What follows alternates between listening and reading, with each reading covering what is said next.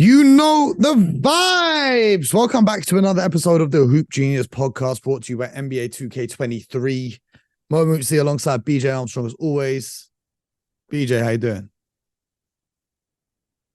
Fantastic, Mo.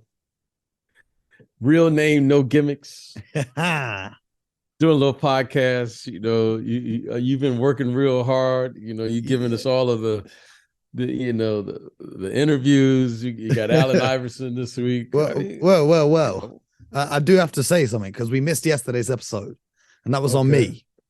Because as you guys know, I interviewed Allen Iverson earlier this week. But my good friends at the NBA were there when I did the interview. And they enjoyed it so much, they said, let's reload it.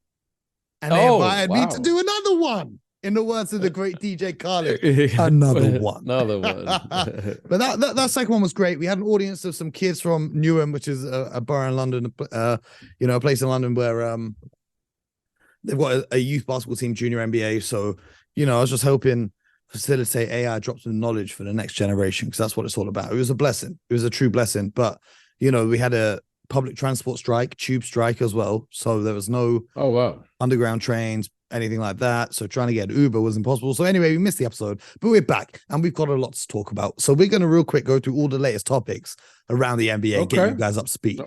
Some of these are very sad though, because we're starting on a very low note. Chicago Bulls guard Lonzo Ball will undergo a third surgery on his left knee, and it's expected to cost him most, if not all, of the 2023-2024 season. We're optimistic of a procedure reviving Ball's career. That is devastating. That is absolutely devastating. Well, again, it's Mo. It's it's very unfortunate because he's such a good player. He's a young player, but hopefully, whatever correction is needed, that knock on wood, that this will be the one that will do it, and we'll look back and say, you know what, it was tough, but he got through it. But Mo, it's not looking good now. So hopefully, he'll get through this period, get the surgery that's needed. Hopefully they'll correct it and he'll get back on the floor soon. Yeah, prayers up for Lonzo. And he was making so many strides to improve his game. He changed his shot form, became a great, efficient shooter. His defense was elite. He had just signed with the Bulls, and they were in a great position before he went down. So, fingers crossed that he gets back at it. Got some more news.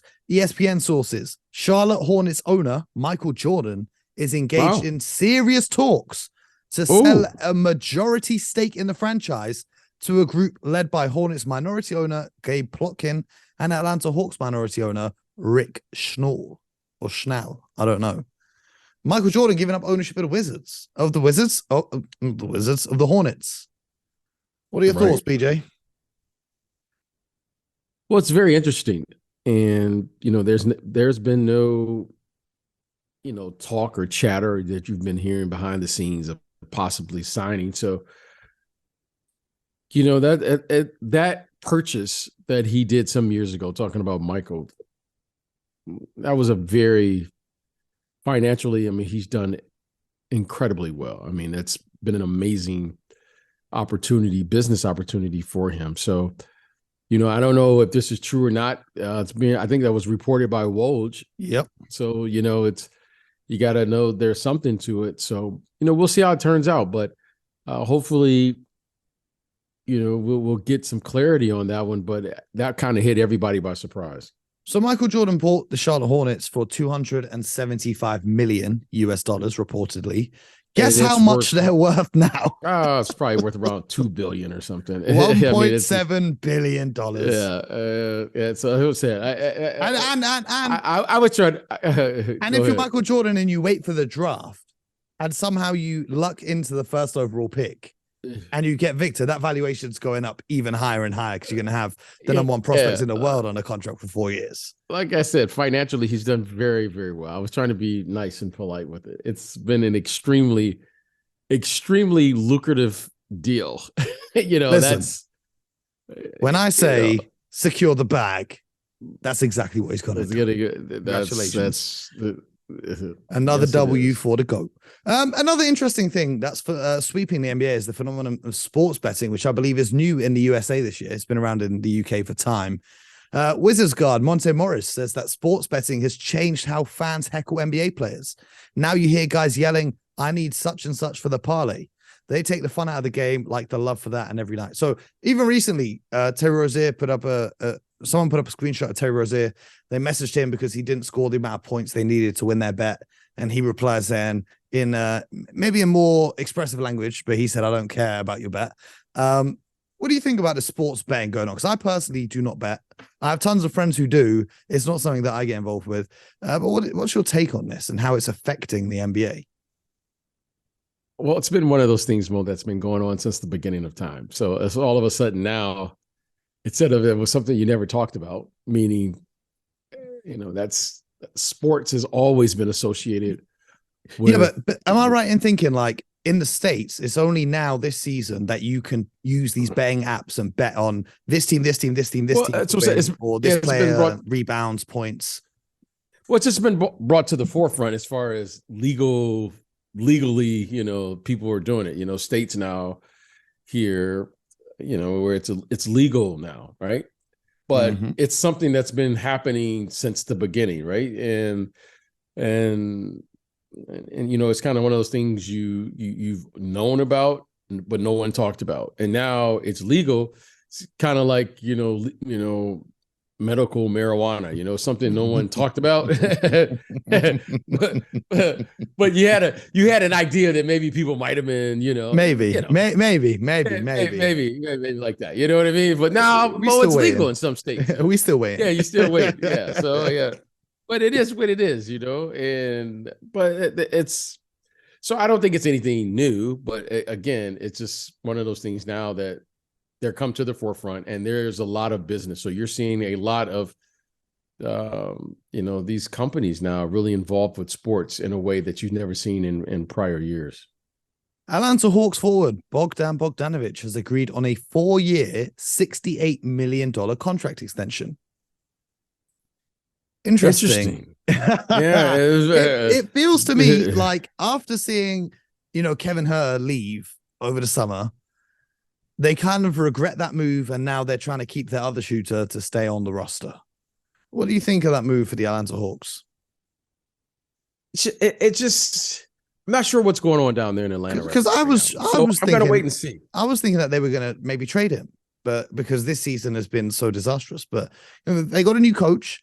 Quinn Snyder obviously coached the Jazz, but they had the other Bogdanovic in Bojan, hoping it's not a typo ever, and they think they've signed Bojan.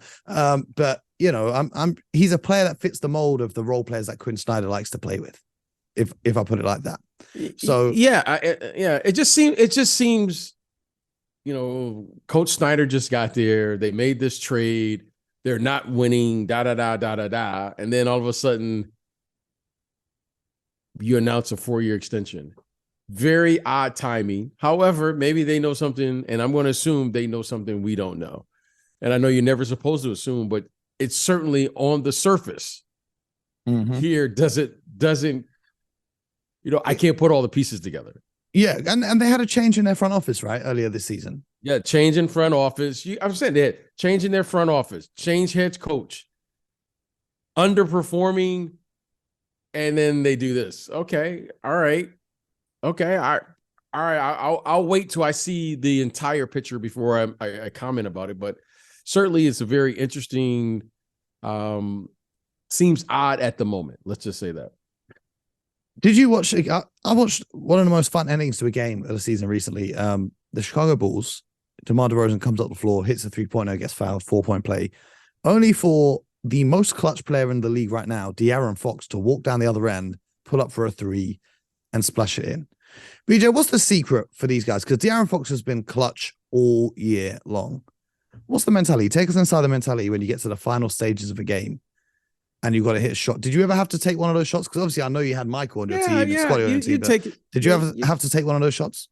Yeah, you take those shots. And listen, here's the thing. First, you have to have the confidence, okay? And how do you gain confidence? That means you work on this shot thousands and thousands of times, okay? So De'Aaron Fox has obviously put in the work to have the confidence to make these shots. In watching Mo, just with the eye test, he's got to be, if not he's got to be the best fourth quarter player right now in the entire NBA. He is the best fourth quarter player right now. I can say that. Yeah, because right now he is coming up time and time again for the Sacramento Kings, and he's delivering.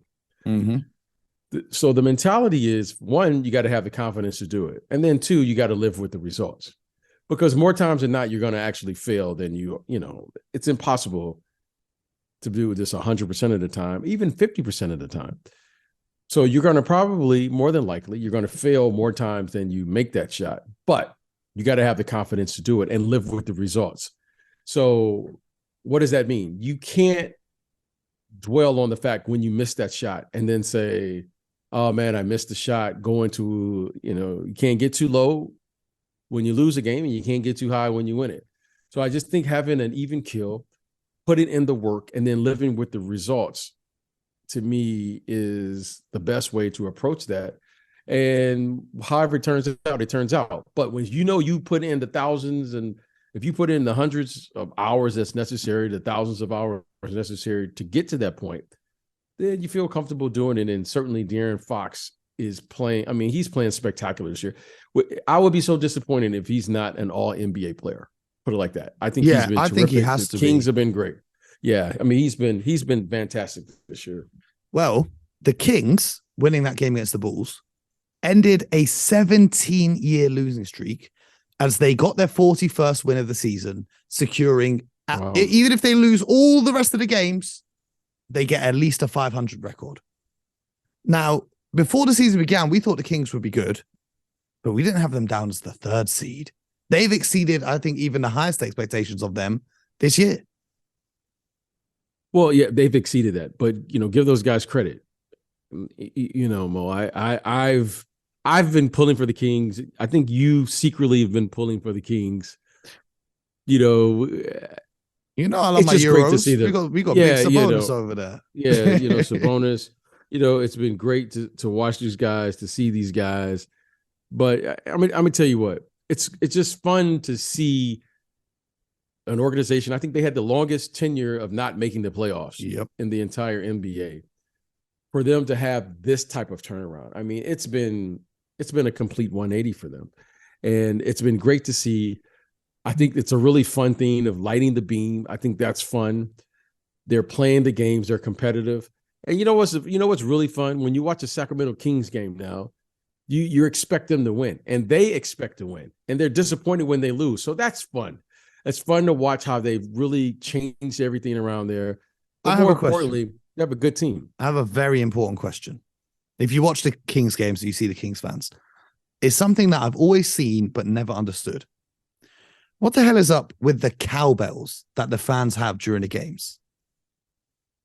Oh gosh, it's farm country up there.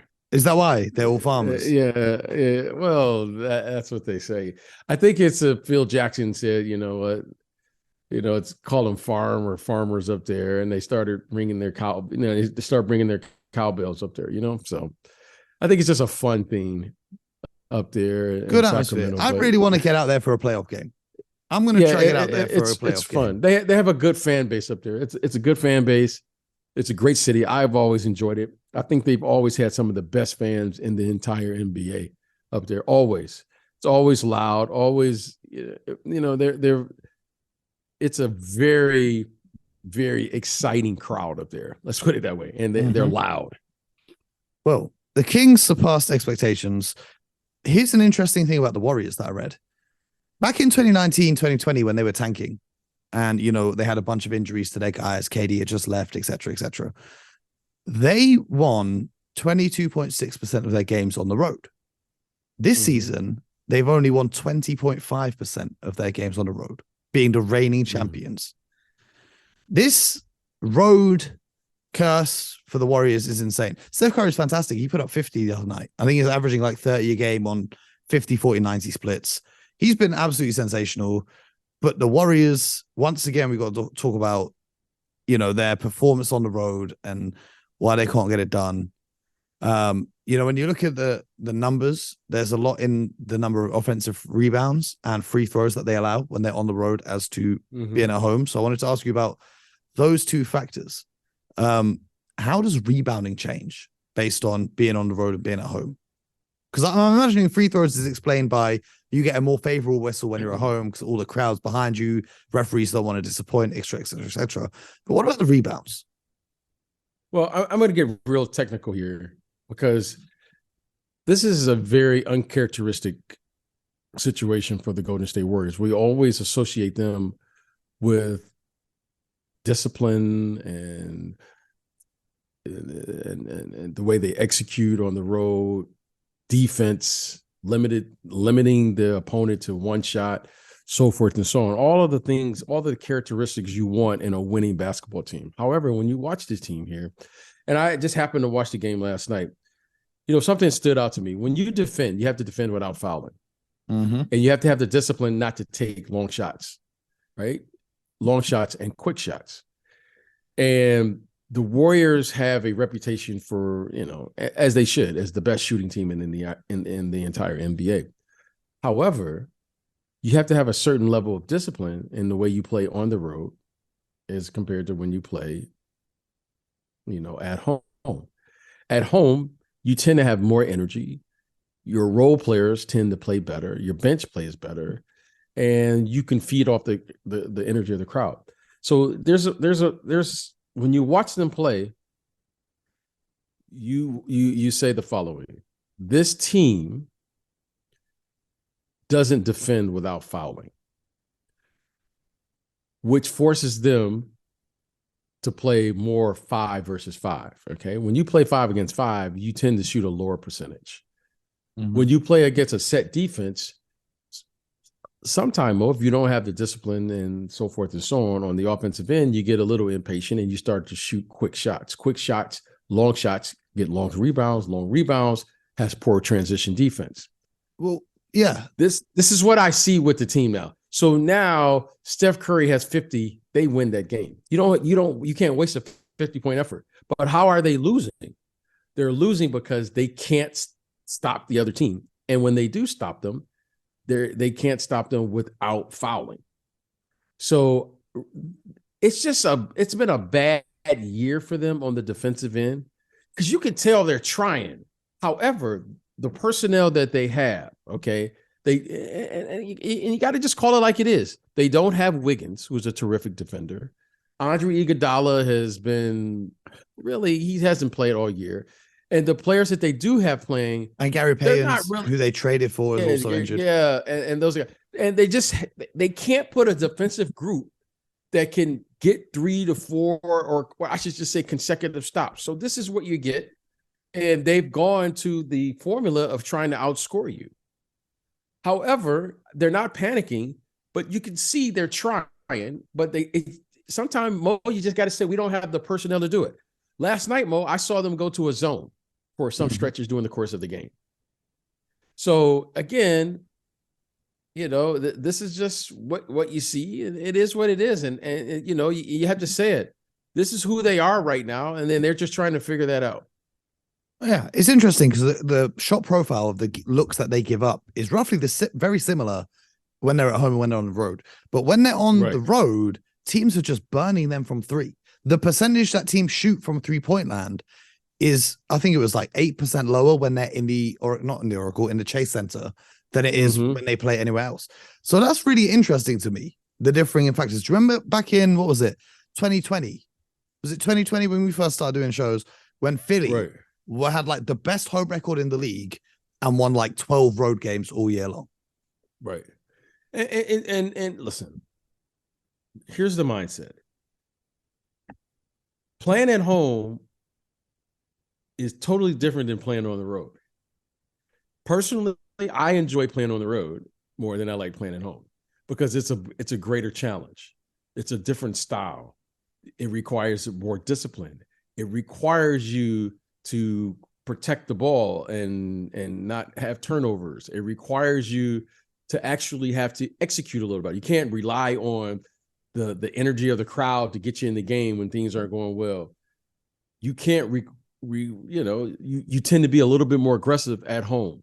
Mhm. So I tend to think it is a bigger mental challenge to be able to play and silence the crowd. Yeah.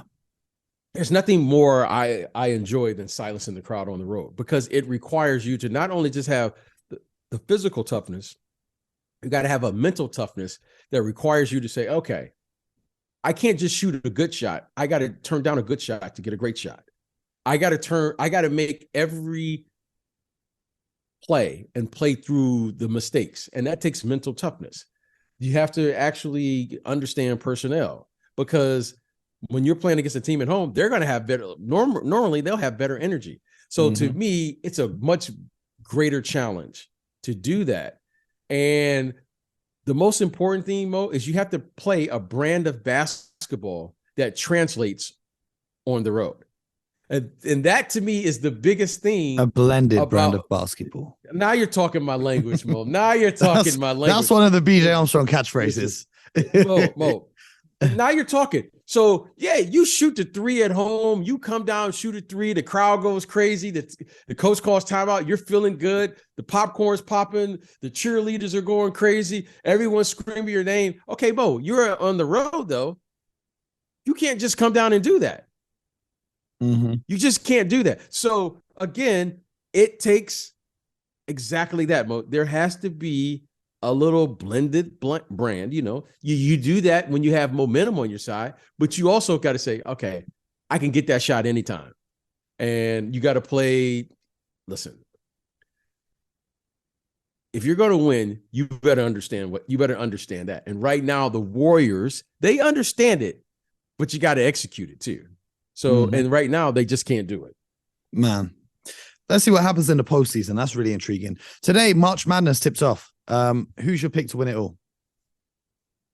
If you're just asking me without looking, I would say Alabama. They look like the best team, but again, it's a one-game elimination. Anyone can get upset. Teams are going to get upset.